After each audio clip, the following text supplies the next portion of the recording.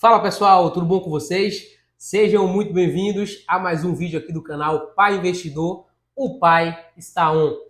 No vídeo de hoje nós vamos falar sobre organização financeira, o mal que assola aí mais da metade dos brasileiros. Vou passar para vocês aqui 3 tipos de mentalidades para que vocês entendam o racional por trás de cada grupo. Inclusive, eu estava fazendo aqui todo o estudo para poder gravar esse vídeo, fiquei bem espantado com a quantidade de pessoas que sofrem com esse mal da falta de organização financeira. E um fato interessante foi que eu lembrei deste livro aqui, que eu li em 2019, Pai Rico, Pai Pobre, peguei aqui na minha estante, para poder observar esses gráficos aqui que ele fala no livro, e que inclusive eu vou até utilizar para dar como exemplo. Inclusive, esse livro aqui deveria ser obrigatório nas escolas, como diz o meu amigo Charles, o economista sincero. Eu vou deixar o link deste livro aqui para você que quer adquirir, comprar de forma segura na Amazon e com um precinho bem acessível. Já aproveita também e me segue lá no Instagram, porque eu posto tudo em tempo real e se você não quer ficar por fora de nada, me segue lá no Instagram. Eu fiz algumas pesquisas e separei algumas matérias para estar mostrando para vocês como esse mal assola os brasileiros, a falta de organização financeira. Aqui nessa matéria diz o seguinte: pesquisa revela que 58% dos brasileiros não se dedicam às próprias finanças. Aqui nessa outra matéria do R7 fala o seguinte: falta de educação financeira afeta a economia, dizem especialistas. E nessa outra matéria aqui, para a gente fechar, que é do IBGE, eles disponibilizaram esse gráfico para informar quantas pessoas têm facilidade ou dificuldade em pagar suas contas. Como vocês podem observar, 58% das pessoas têm dificuldade em pagar suas contas e 14% têm muita dificuldade em pagar suas contas. Então, pessoal, vamos começar aqui com o nosso primeiro exemplo, que é o fluxo de caixa de uma pessoa com a mentalidade pobre. E aqui eu não estou me referindo a uma pessoa que está na extrema miséria, que está passando fome, um mendigo, etc.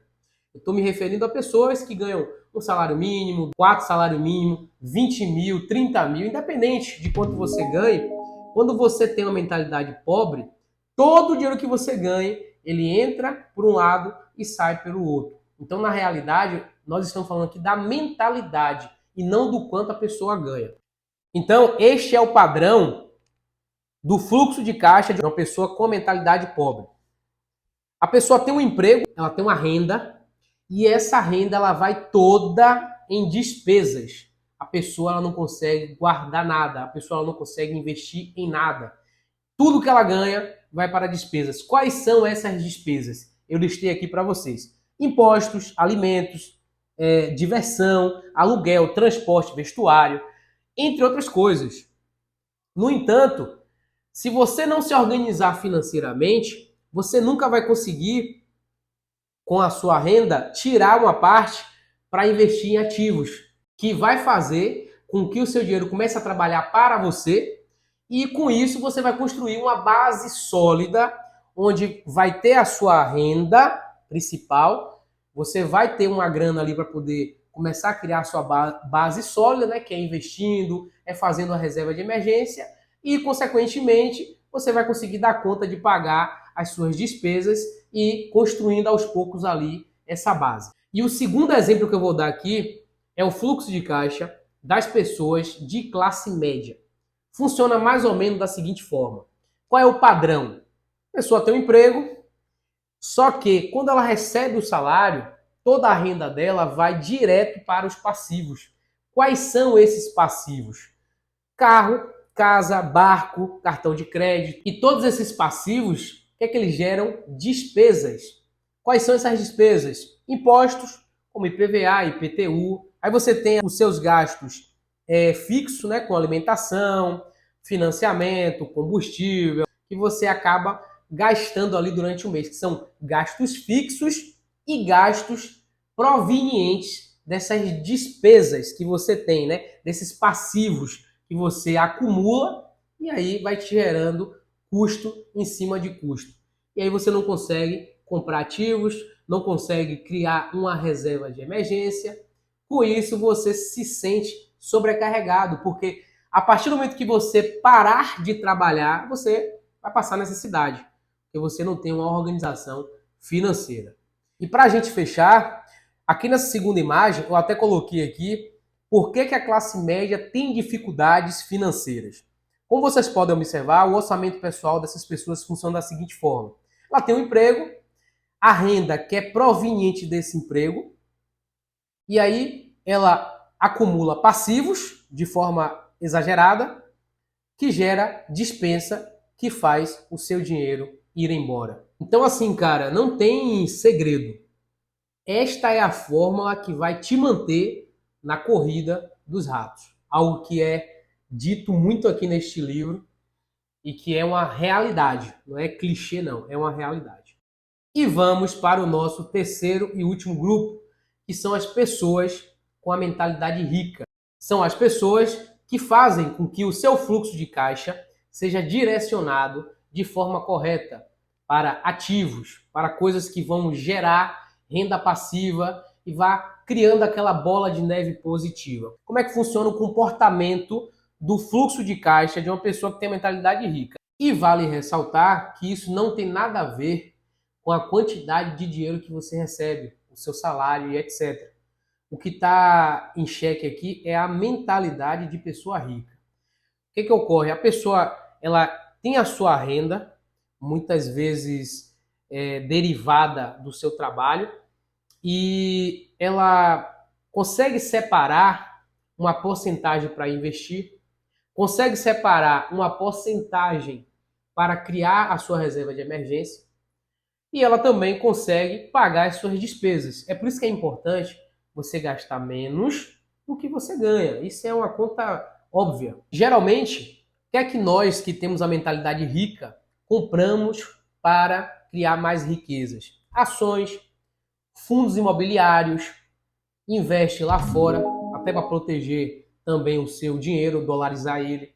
E tudo isso eu ensino aqui no meu canal. Aquela outra porcentagem que a pessoa separa, ela coloca em reserva de emergência, sempre ali rendendo alguma coisa. Você pode colocar em uma renda fixa, você pode colocar em algum fundo de investimentos. E como eu acabei de citar agora, tudo isso eu ensino aqui no canal. E aí, geralmente, as despesas das pessoas que têm a mentalidade rica acaba não tendo impacto na renda dela, porque são despesas controladas. E os passivos, muitas vezes, são adquiridos através até dos próprios rendimentos, ou seja, nada sai da renda principal, já sai do lucro de investimento que essas pessoas fazem ao decorrer da sua vida. Qual é a conclusão? Fiz aqui a separação de dois gráficos tirados do livro Pai Rico, Pai Pobre, passivos versus ativos. Antes disso, eu queria ler aqui a regra número 1, que foi escrita pelo autor do livro Pai Rico, Pai Pobre, o Robert Kiyosaki, que diz o seguinte: você tem que conhecer a diferença entre um ativo e um passivo e comprar ativos. É a regra número 1 e é a única regra. Como vocês podem observar, este é o gráfico padrão de um fluxo de caixa de pessoas que compram ativos. Eles recebem a sua renda, tá? Proveniente do seu emprego e tudo mais, e eles compram ativos ao invés de comprar passivos. Na segunda imagem, vocês podem observar o seguinte: as pessoas que recebem a sua renda, ela compra passivos que geram despesas, tá? Então isso faz com que saia dinheiro do seu bolso ao invés de colocar dinheiro no seu bolso. Então, basicamente é isso. Ativo é tudo aquilo que coloca dinheiro no seu bolso e passivo é tudo aquilo que tira dinheiro do seu bolso. Eu sei que muitas pessoas já ouviram isso e falam, não, isso aí é clichê, isso aí eu já sei. Mas ninguém faz, cara. Ninguém faz. E eu lhe digo, eu sou prova viva porque eu tenho amigos, familiares, pessoas próximas, pessoas distantes, que não conseguem ter uma organização financeira. Então, não adianta, eu sei disso, você tá falando isso aí, mas isso eu já ouvi, todos os gurus falam sobre isso. Beleza, isso aí eu já sei. Mas eu quero ver na prática. Eu fico nervoso. Fico logo nervoso. Eu quero ver na prática você fazer isso.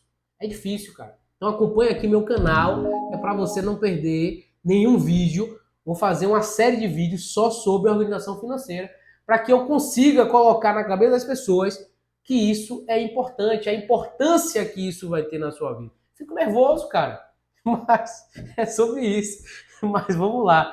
Eu separei aqui o seguinte, cara, ó, me recompondo aqui, é o seguinte, existe algumas regras que foram criadas, tanto lá fora quanto aqui no Brasil, tem pessoas que utilizam essas regras, tá? Quais são essas regras? Tem pessoas que utilizam a divisão 50, 30, 20. Eu vou explicar o que significa isso, tá? Tem pessoas que usam a regra 60, 20, 20.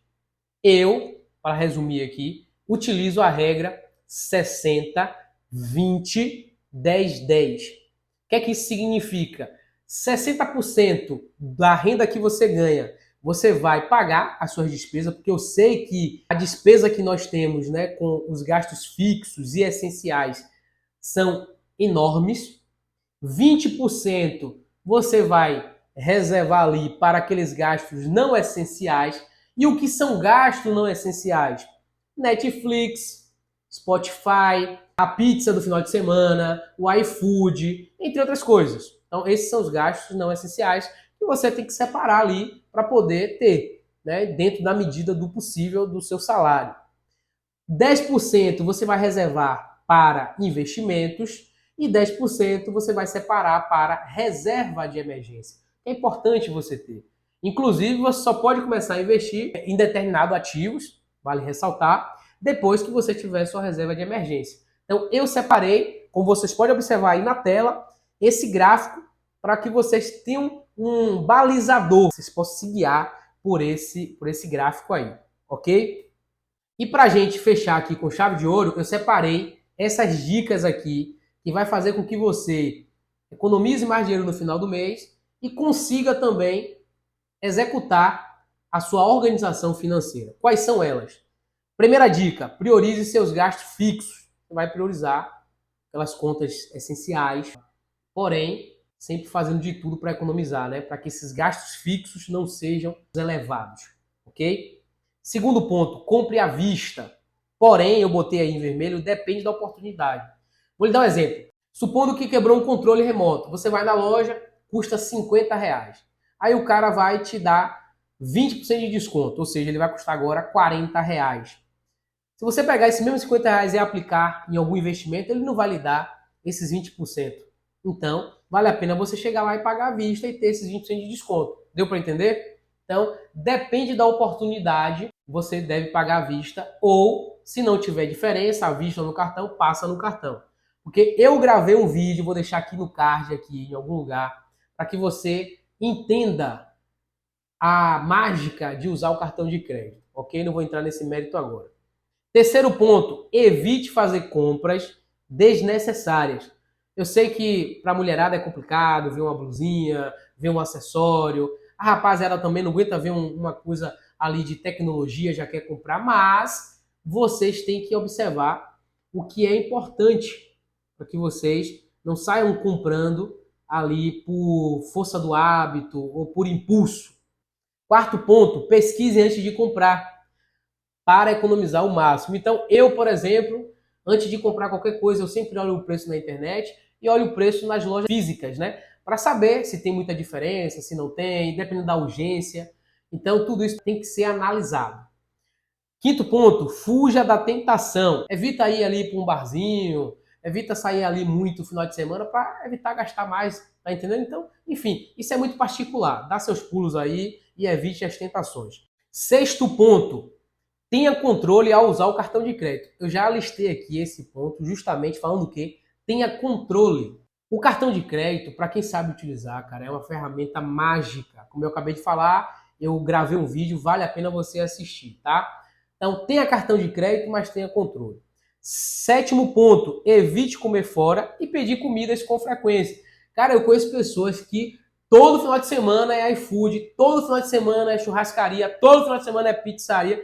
Não dá, meu amigo. Se você quer ter uma estabilidade, uma organização financeira, não dá para você comer todo final de semana fora. Então tem que ter controle.